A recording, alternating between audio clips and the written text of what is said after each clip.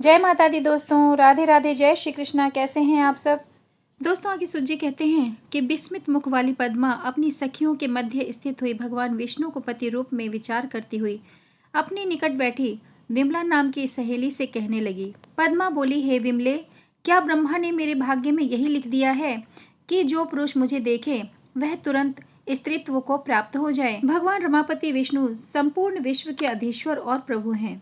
मैं उन्हें पति रूप से प्राप्त करने की कामना करूं तो क्या वे मुझे स्वीकार करेंगे? यदि भगवान शंभु का वचन मिथ्या हो गया और भगवान विष्णु ने मेरी कामना नहीं की तो मैं उन्हीं भगवान श्री हरि का ध्यान करती हुई अपने देह को अग्निकुंड में डालकर भस्म कर दूंगी। सुंदर चरित्र वाली पद्मावती इस प्रकार से विलाप करती थी। उनके शोकाकुल वचनों को सुनकर ही मैं आपके निकट उपस्थित हुआ हूँ। शुक के वचन सुनकर अत्यंत विस्मय को प्राप्त हुए कल्की जी ने शुक के प्रति कहा, हे शुक, मेरी प्रिया को आश्वासन देने के लिए तुम पुनः सिंघल देश को प्रस्थान करो।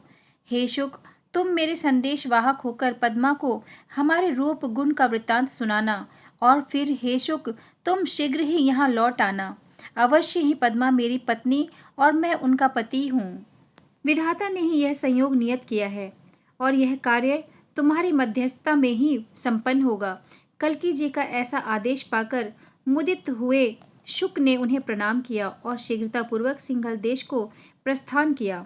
वहां जाकर शुक ने राजभवन में प्रवेश किया तथा अंतःपुर में पहुंचकर राजकन्या के निवास स्थान पर जाकर पद्मावती को देखकर मनुष्य की भाषा में उनसे बोले। शुक ने कहा, हे वारारोहे, विधाता ने संपूर्ण विश्व का रूप लावण्य आप में ही भरकर आपको ही सब जीवों को मोहित करने वाली बना दिया है।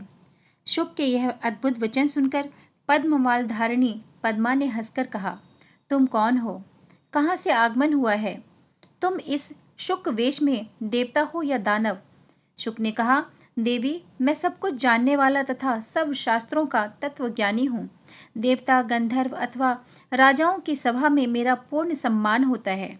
तुम हृदय में संतप्त तथा भोग से परे एवं मनस्वियों के दर्शनार्थ ही मैं यहाँ आ पहुँचा हूँ।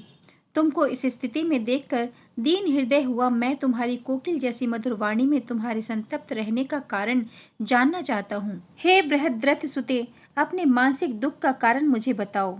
हे भामिनी, तुम्हारी देह बिना रोग के ही तप से क्षीण दिखाई दे रही है। पद्मा ने शुक से कहा, धन अथवा उच्च कुल में उत्पन्न होने से ही क्या प्रयोजन सिद्ध होना है? हे शुक, यदि तुम्हें हमारा वृत्तांत ज्ञात न हो तो सुनो। मैंने अपने किशोर अवस्था में भगवान शंकर की आराधना की थी। मेरे द्वारा किए गए उस पूजन से प्रसन्न हुए शिवजी ने पार्वती जी के सहित प्रकट होकर मुझसे कहा कि हे पद्मे, वर मांगो। फिर मुझे लज्जापूर्वक सिर झुकाए देखकर उन्होंने कहा कि तुम्हारे पति भगवान नारायण होंगे।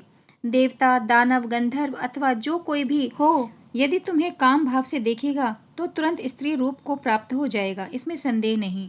यह वर देने के पश्चात शिव जी ने विष्णु की पूजा की विधि बताई थी। वह कहती हूँ, समाहित चित होकर सुनो। यह जितनी भी सखियां हैं सभी पहले राजा थे। मेरे पिता ने इन्हें स्वयंवर में बुलाया था। यह सभी युवावस्था वाले रूप, गुण एवं ऐश्वर्य से संपन्न थे। यह सभी मेरे साथ विवाह करने की इच्छा से आकर स्वयंवर में सुख पूर्वक बैठ गए थे। मुझ सुंदर प्रभा वाली को हाथ में रत्न माला लेकर स्वयंवर स्थल में घूमती देखकर यह सभी राजागण मोहित होकर धरती पर गिर पड़े। फिर जब सचेत होकर उठे तो अपने को स्त्रीत्व के सभी लक्षणों से युक्त अर्थात स्त्री रूप में पाया। तब यह अपने को स्त्री हुआ जान बड़े दुखी हुए और शत्रु मित्र आदि की लज्जा छोड़कर मेरे साथ ही चल पड़े। अब यह सर्वगुण संपन्न नारी रूपी राजागण मेरी सखी होकर मेरे साथ ही भगवान विष्णु का तप, ध्यान एवं पूजन करते हैं। अपनी इच्छा के अनुकूल सुनने में सुखदायक इस वार्ता को सुनकर शुक ने समुचित वाणी से पद्मा को प्रसन्न किया और फिर भगवान विष्णु के पूजन के प्रसंग में प्रश्न किया। शुक बोले, हे शुभे, शिव जी ने भगवान विष्णु की जो पूजा विधि तुम्हें बताई थी उसे मैं सुनना चाहता हूँ। तुम धन्य हो, तुम अपने पुण्य कर्म द्वारा भगवान शिव की शिष्या हो गई। अब मैं अपने शुक शरीर का निवारण करने वाली आश्चर्यमयी पूजन विधि श्रवण करूंगा। भगवान विष्णु का जप, ध्यान एवं पूजन की यह विधि भगवत भक्ति को देने वाली है, श्रवण में सुखद एवं परम आनंददायिनी है। पद्मा ने कहा, शिव वर्णित विष्णु के पूजन की विधि अत्यंत पुण्यमयी है।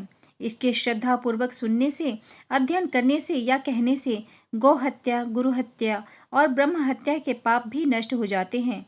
हे शुक, इसका वर्णन शिवजी ने जिस प्रकार किया था उसे समाहित चित्त होकर सुनो। आज के लिए इतना ही, आगे चर्चा जारी रहेगी। तब तक के लिए जय माता दी, राधे राधे, जय श्री कृष्णा।